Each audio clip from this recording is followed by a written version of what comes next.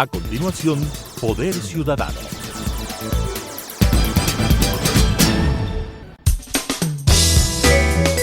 Clasificación B, bajo supervisión de un adulto.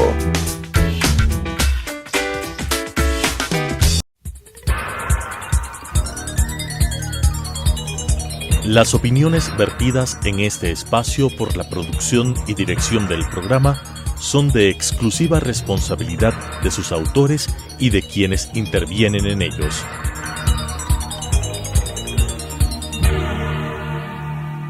Telesucesos Canal 29 UHF presenta Poder Ciudadano, una ventana construida desde la visión plural ciudadana para la expresión de sus anhelos, demandas y aspiraciones, con la conducción del doctor Patricio Picón. Poder Ciudadano.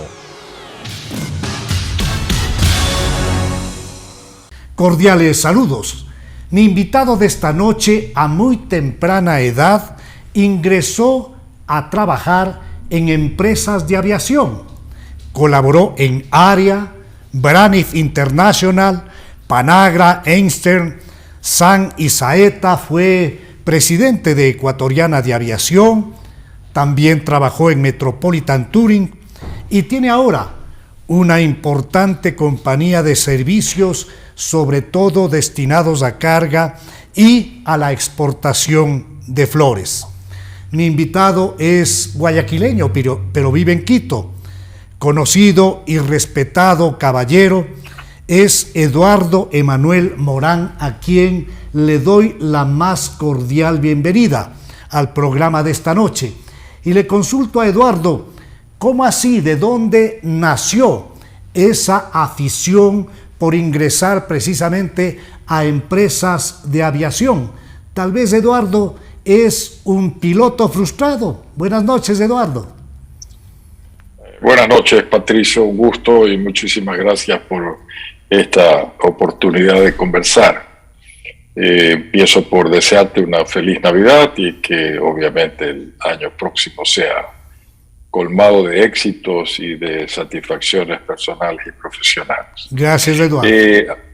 A tu pregunta, allá por el año 67, 68, yo cursaba los primeros años de la Facultad de Ingeniería Civil en Guayaquil.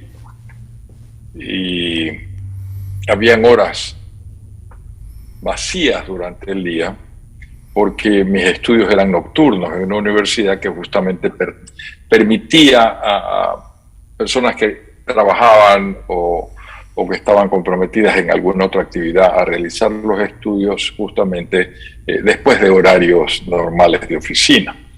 Y obviamente ante esas circunstancias yo empecé a buscar un trabajo que debía haberlo hecho en línea con lo que yo estudiaba, pero me atraía mucho de algunos amigos que ya estaban inmersos en la actividad, de que viajaban mucho, conocían el mundo. Yo había estudiado fuera unos años y había regresado al país y siempre me picaba el bichito de los viajes.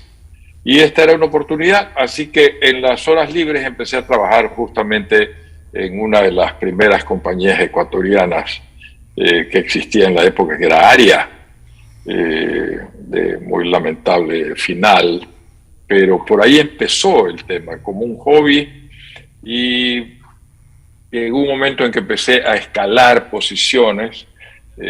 Había mucha entrega, mucha devoción, mucha mística en ese trabajo, y escalando posiciones nunca dejé la facultad de ingeniería, pero le di mucha más importancia obviamente al trabajo, que ya para ese entonces me comprometía desde otro ángulo en la vida, que era haberme casado, haber empezado a tener hijos, y comparativamente el trabajo de principiante en la carrera de la ingeniería civil versus lo que uno ya tenía formado en una carrera de aviación que para ese entonces era altamente compensada lucrativamente, pues le di mayor atención y fuerza a esa otra carrera que yo hacía paralelamente. Eduardo, ¿qué es lo que te deja este paso con una acumulación importante de años de haber prestado servicios en empresas de aeronavegación? ¿Qué experiencia te deja? Eso te permitió seguramente conocer prácticamente todos los continentes y una enorme cantidad de países y culturas. ¿Cuáles son las experiencias más valiosas que te deja tu paso por las empresas aéreas? Bueno, una de las cosas más importantes, diría yo, de la aviación, estoy hablándote, Patricio, de los años 60, 70, cuando en el mundo del comercio, en el mundo de los negocios, en el mundo del relacionamiento entre las personas, no existía todavía la palabra globalización. Así es. La aviación para ese entonces ya era senior, era un gran experimentado ser vinculado, creador, con enorme desarrollo en el concepto de la globalización. Ya podíamos decir que las aerolíneas en el mundo entero se comunicaban, no había internet, había teletipo, pero el teletipo para ese entonces ya era el gran avance de la comunicación que solamente lo tenía la aviación. Yo recuerdo inclusive que habían empresas en ese entonces de comunicación. Aquí en el Ecuador había una que era de origen norteamericano, que fue la primera que creó el mecanismo de las comunicaciones, los telegramas. Para ese entonces la aviación ya había desarrollado su propio esquema de comunicación, que era a través de una cooperativa que habían formado. Ya para ese entonces existía la IATA, la Organización Internacional de Transporte Aéreo, y ellos habían creado una cooperativa a nivel mundial de comunicaciones que se llamaba CITA, con sede en Francia. Era la Sociedad Internacional de Telecomunicaciones Aéreas. Esa era la denominación de CITA. Y imagínate tú que ya para ese entonces hacer una reservación de un viaje podía involucrar posiblemente a 10 aerolíneas que podían dar la vuelta al mundo, y tú solamente hacías una parada en la aerolínea local.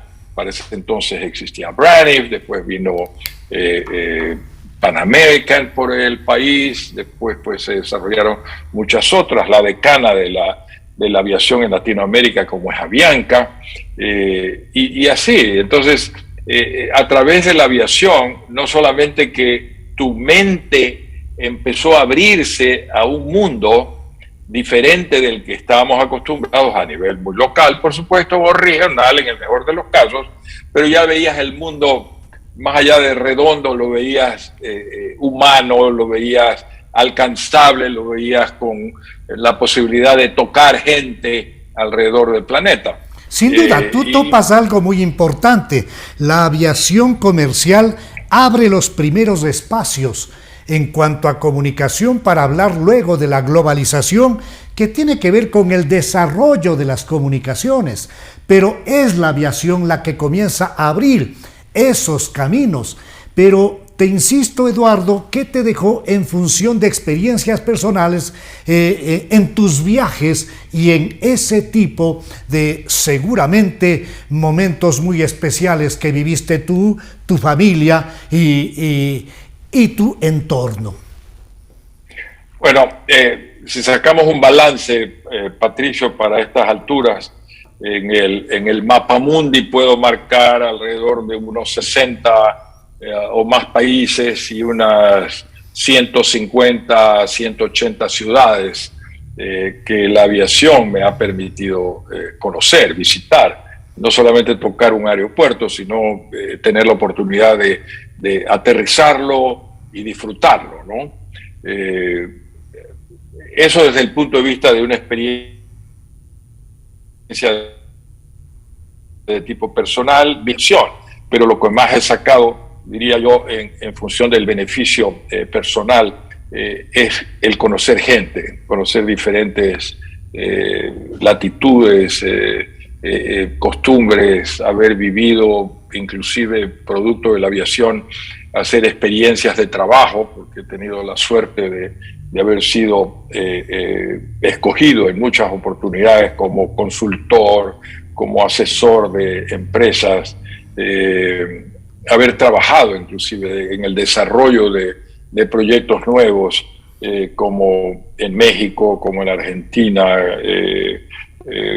En algún momento hice el desarrollo de un proyecto para África, y eso me ha llevado, por supuesto, ya te digo, desde el punto de vista personal, no tanto profesional, sino personal, al contacto con gente, que ha sido posiblemente una de las mayores riquezas obtenidas desde la aviación. Más allá de la riqueza propia de la diversidad de culturas, de cosmovisiones, de valores, de maneras de comportamiento de los conjuntos sociales, ¿qué es lo que ha descubierto Eduardo Emanuel como líneas maestras, líneas conductoras, vasos comunicantes, que nos puede llevar a establecer que el ser humano es el mismo? Bueno, diría que dentro de todo este relacionamiento que yo he podido tener a nivel del mundo, gracias a la aviación, es posible que el mayor, digamos, logro ha sido descubrir la diversidad. O sea, a veces nos damos vueltas alrededor del sitio donde hemos nacido, donde crecemos, donde nos hemos desarrollado a lo mejor profesionalmente, y para nosotros, para muchos, ese es el mundo. Y yo creo que ahí es donde está el gran error posiblemente del ser humano, de no elevar un poco la mirada y ver que el mundo es muy diverso, y posiblemente cuando entendamos que existe esa diversidad, es posible que lleguemos a cultivar, para mí, una de las virtudes más grandes que puede o necesita el ser humano para convivir, y es la tolerancia, ¿no? Eso es simple y llanamente cuando tú logres entender que no somos únicos, que somos diversos, que hay diversidad de pensamientos, de credos, de razas, de costumbres, etcétera, y aceptarlas más que descubrirlas solamente, sino aceptar que existen esas diferencias. Para mí eso es la tolerancia, esa virtud del ser humano, que es de trabajarla, por supuesto, pero solamente ahí es donde podemos decir que podríamos estar alcanzando un mundo de paz, un mundo de confraternidad, de armonía. Y yo pienso que la aviación también me ha dado eso, ¿no? ¿Cómo no? Me ha hecho conocer lugares que pueden ser envidiables para poder copiar cosas interesantes para nuestro país, como también me han permitido conocer situaciones lamentables. No voy a mencionar países en particular, pero que justamente determinan que hay una diferencia, hay una abismal diferencia, a veces hacia arriba y a veces hacia abajo. Pero yo diría que ese es uno de mis mayores riquezas, podríamos decir, más de lo material, que es totalmente relativo, es la parte de haber podido conocer un mundo diferente, ¿no? Y ese mundo diferente me permite a mí actuar de otra manera de lo común. Quiero pedirle a Eduardo Emanuel Morán que hagamos una revisión breve de lo que está ocurriendo en nuestra geografía, en nuestro país. Un país maravilloso, un país megadiverso, un país rico en recursos naturales que lamentablemente no ha tenido la misma suerte de contar con estabilidad y con una clase política que apunte a la solución de los principales problemas. ¿Cómo ve el experimentado Eduardo Emanuel posibilidades de salida a la crisis? Es necesario salir sin duda ya del extractivismo y pensar en algo que le permita al Ecuador tener un sustento de vida para el mañana. Quizá este puede ser la industria del turismo. Y tú que tienes tanta relación por tu trabajo con aquella industria, nos puedes dar tu valoración. Quizás también hablar de todo un proyecto de desarrollo rural integral para llevarle al Ecuador a convertirse en un país agroexportador. En fin, quiero que Eduardo, hombre talentoso que además en el pasado tuvo un corto proceso de camino por acciones políticas y estuvo en el Parlamento, que nos dé su visión de cómo él ve que podríamos tener salidas y caminos viables para salir de la crisis. Gracias, Patricio. Sí, es una pregunta que nos hacemos constantemente los que seguimos amarrados, los pies puestos encima de esta tierra maravillosa como tú señalas. Y siempre que hacemos un análisis o siempre que hacemos una crítica a la situación, siempre hablamos de lo social, de lo económico y de lo político, ¿cómo no? Que son los tres pilares más o menos de lo que podría ser la ideal coordinación del avance del desarrollo de un país. Y si vemos estos tres pilares, lo social, lo político y lo económico, yo diría que cada uno de ellos tiene una condición particular. Lo político, bueno, tú también, Patricio, has estado y sigues siendo un actor político importante en el país. Gracias. Un referente de lo que debe ser la política en este país.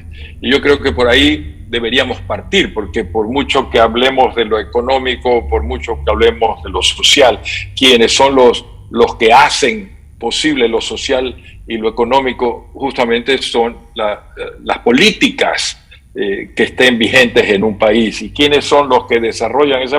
Bueno, son los políticos.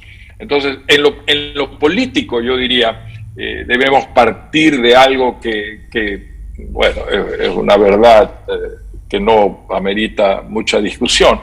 El hecho de que los políticos deben estar para servir al prójimo, servir a su país, servir a quienes han decidido que esa persona es mi representante en las distintas esferas del gobierno, del Estado. Y por ahí debemos, yo diría, partir en la conciencia, la responsabilidad, la total y absoluta entrega que debemos demandar nosotros los ciudadanos de los políticos, los que estén hoy por hoy dirigiendo los destinos del país.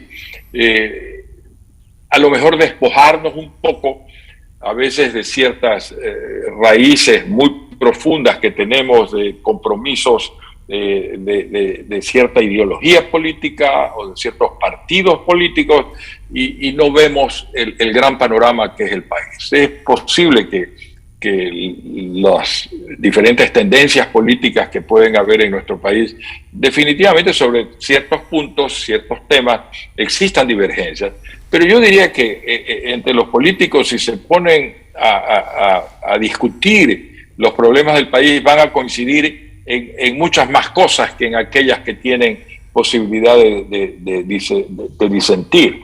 Y yo pienso, ¿por qué no partir de ahí? ¿Por qué no sentarse en una mesa a escribir, a poner un apunte, como hacíamos en la época de colegiales, una lista de temas sobre los cuales yo quisiera que hagamos? Y yo te puedo decir, sin temor a equivocarme, que en la mayoría de los temas vamos a coincidir y entonces enfocar el esfuerzo, toda la capacidad que se tiene como políticos de las distintas esferas de gobierno y decir, ok, en esto que coincidimos, vamos por ahí, caminemos por ahí. Es posible, sin temor a equivocarme, que de ahí pueden partir las soluciones justamente a lo económico y a lo social, que son las cosas que más nos deben preocupar. Tú mencionas algo que sí, es algo que me ha traído siempre, que he estado vinculado, que creo que he profundizado de alguna manera en la temática, y es el turismo. Y nosotros decimos, sí, ¿por qué no desarrollar al Ecuador desde el punto de vista del turismo, que es una industria que gran generadora no solamente de divisas, sino de empleo. Así es. Por darte una cifra, la Organización Mundial del Turismo estableció ya hace mucho tiempo que una cama de un hotel, llámese de primera, segunda o tercera categoría, produce 8 puestos de trabajo. Una cama de un hotel. Entonces, si nosotros nos ponemos a ver qué significa eso, definitivamente estamos solucionando una gran cantidad de temas y de problemas. Hoy día que creo que tú coincides conmigo, 3 de cada 10 ecuatorianas tienen un empleo pleno. Así es. Que satisfaga. Es el problema medular básicas. este momento. Así es, Eduardo. Entonces, si ese es un problema grave, porque el no tener empleo verdaderamente afecta no solamente el tema económico, sino que afecta el tema social tremendamente. Entonces, si ese es un problema grave, pongámoslo así, en nuestro país, ¿por qué no atender ese problema? Y si te estoy diciendo una relación directa que tiene el turismo con la generación de empleo, pues enfoquemos justamente todos estos esfuerzos o todas esas aspiraciones que tenemos de solución de los problemas, y tenemos ahí una línea por la cual podemos caminar. Y esa línea significa que a lo mejor un asambleísta que tiene, no sé, 6, 8 personas a su alrededor, que pueden ser sus asesores económicos, abogados, especialistas en X, Y, Z materia, a lo mejor enfocarlos en una especie de mandato, decir, ok, búsquenme mecanismos por medio de los cuales podamos impulsar una ley de creación o de apoyo, de incentivo al desarrollo turístico del país. Y pueden haber muchas fórmulas, no solamente la tiene la bancada tal o la bancada cual. Es posible que, como decía hace un momento, coincidamos en que primero no es un tema, porque el turismo no es un tema conflictivo, como para decir, tenemos distintas posiciones. A lo mejor uno tiene una fórmula de solución y otro tiene una fórmula distinta de solución, pero no es que hay uno que diga no estoy a favor del turismo y otro diga que sí está a favor del turismo.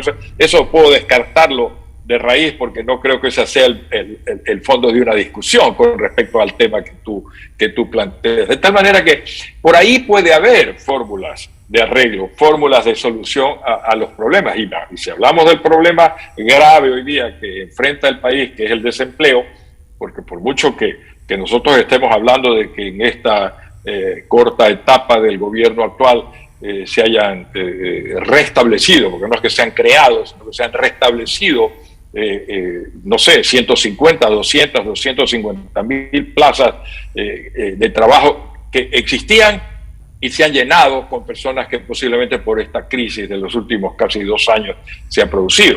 Pero ahí tenemos un problema grave, que no solamente es el hecho de que restablezcamos posiciones de empleo, sino que estemos hablando que las 10 de cada 10 ecuatorianos en capacidad de trabajo estén empleados. Y de esa manera tenemos que andar buscando cuál puede ser ese gran taco de dinamita que produzca esa explosión favorable de creación de empleo. Y yo diría que el turismo puede ser una de esas. Yo no estoy pensando hoy día en otra actividad económica que pueda ser tan fácil generadora de trabajo, de empleo pleno como es el turismo. Porque si nosotros hablamos, Patricio, de desarrollos económicos, tenemos también que hablar de tecnologías. Y si las tecnologías hoy día en muchas áreas, acabo de ver un video sobre cómo en Japón se está desarrollando con enorme intensidad la robótica en la agricultura. Hablar de tractores que en una propiedad de 100, 200 hectáreas de desarrollo agrícola arrocero, desde un cuarto, una persona está manejando 20 tractores a control remoto. De tal manera que la tecnología en muchos aspectos de la economía puede ser que no sean generadoras de la gran cantidad de empleo, Pero el turismo, tenemos que reconocer, si no hay el contacto persona a persona, ojo contra ojo, hablar con un ser humano frente a uno, simplemente eso no se llama turismo, ¿no?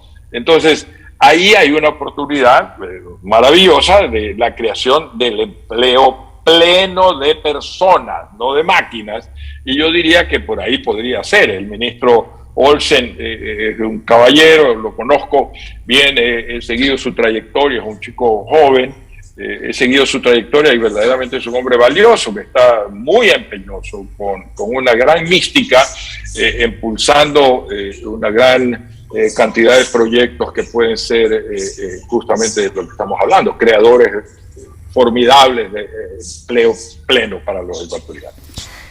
En estos meses iniciales del gobierno del presidente Lasso, no hay duda alguna que uno de sus principales éxitos tuvo que ver con la extraordinaria campaña de vacunación que ahora tiene que ampliarse a una tercera dosis. Pero, Eduardo, si es que desde la ciudadanía no empujamos a un gran acuerdo social en función de 3 o 4 objetivos fundamentales, no vamos a poder conjurar la megacrisis que afecta al Ecuador. Quiero dejarte en libertad en los 2 últimos minutos del programa para que tú te dirijas a los ecuatorianos con un mensaje de optimismo, con un mensaje que nos permita apreciar que desde la ciudadanía podemos establecer líneas precisamente de salida a la crisis que nos está afectando a los ecuatorianos. Gracias, Patricio. Mira, trataré de ser lo más conciso posible en esto. Yo pienso, sin querer ser optimista exagerado, pero pienso que estamos bastante cerca de que podamos derrotar, porque esto no es que se acabe la pandemia, porque se acaba por arte de magia, sino que estamos en condiciones de derrotar a la pandemia. Estamos cerca, digo. Escuchaba hoy en la mañana en un programa de televisión justamente a un experto en temas económicos hablar del año 2022 como un año de la franca recuperación económica del país post pandemia. Y hacía unas cuentas y decía que estamos 12 millones de ecuatorianos, de 17 que somos, 12 millones ya vacunados con 2 dosis.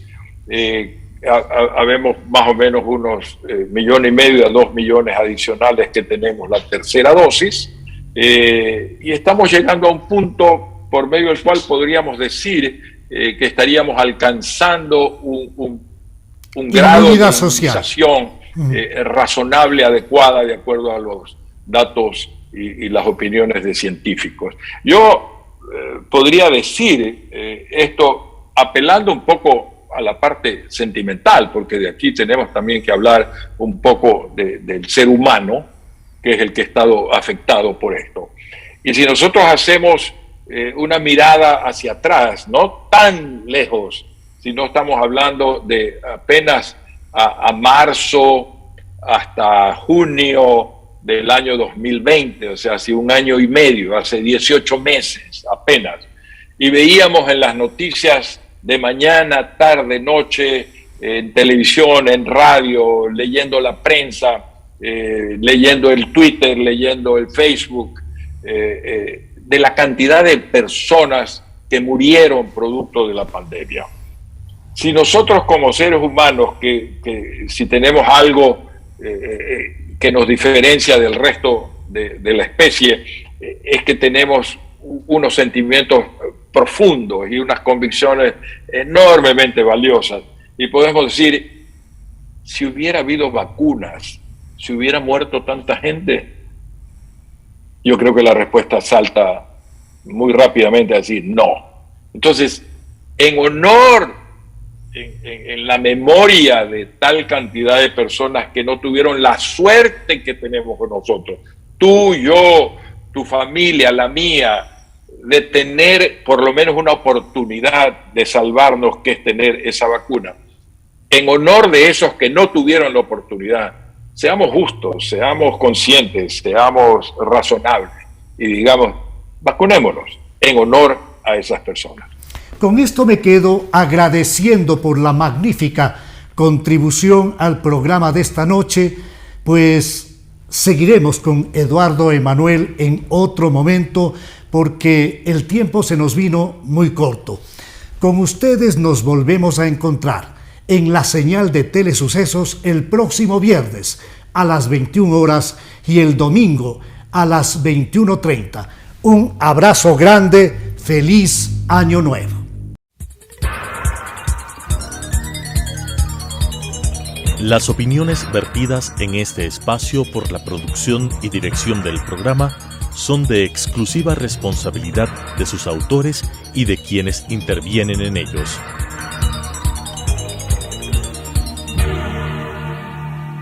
Telesucesos Canal 29 UHF presentó Poder Ciudadano, una ventana construida desde la visión plural ciudadana para la expresión de sus anhelos, demandas y aspiraciones, con la conducción del doctor Patricio Picón.